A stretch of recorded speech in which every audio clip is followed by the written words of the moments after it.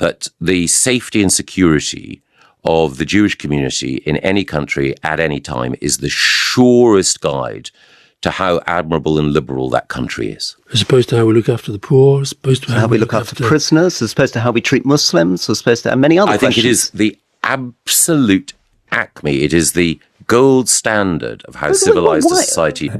So I posted about Michael Gove yesterday, and I was talking about how he was talking crazy about Israel. I didn't even realize in that same interview, he said even more lunatic stuff about Israel. The best way to judge a society. And it's amazing that, is it Alistair Campbell and Rory Stewart, some of the most centrist establishment people ever, even they can't quite believe this. Because Michael Gove has made the erroneous calculation that we're in America.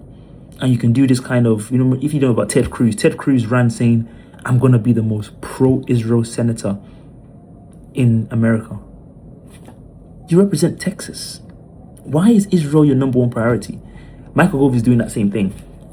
And hopefully, based on the reaction of those two, what he's going to find out is that we don't do all that stuff here. Get that yank nonsense out of our country, please. Yeah? If you want to be sucking Israel's, just move to Tel Aviv already, okay? I don't even know if Michael Gove is still an MP. At this point, he's the MP from Hebron. Why do we have politicians who make their entire identity about loving Israel? And it goes back to the other point, which is some of the most fanatical Zionists that we have in the world right now are not even Jewish. They just do it partly for the love of the game, partly because they think it's good for them politically. We had Suella Braverman try to do a version of this as well, and Priti Patel. Now Michael Gove is trying to take the mantle and say everything wrong with the world is that we don't give Jewish people enough stuff. Paradoxically, if you want to increase anti-Semitism, this is what you would be doing. Because if you actually people start to feel like everything in their country, Jewish people are 0.1% of the population, maybe 1%, probably less than that, because black people are only 2%, so Jewish people are definitely way less than that. What you do is try to continue to make Israel the subject of everything.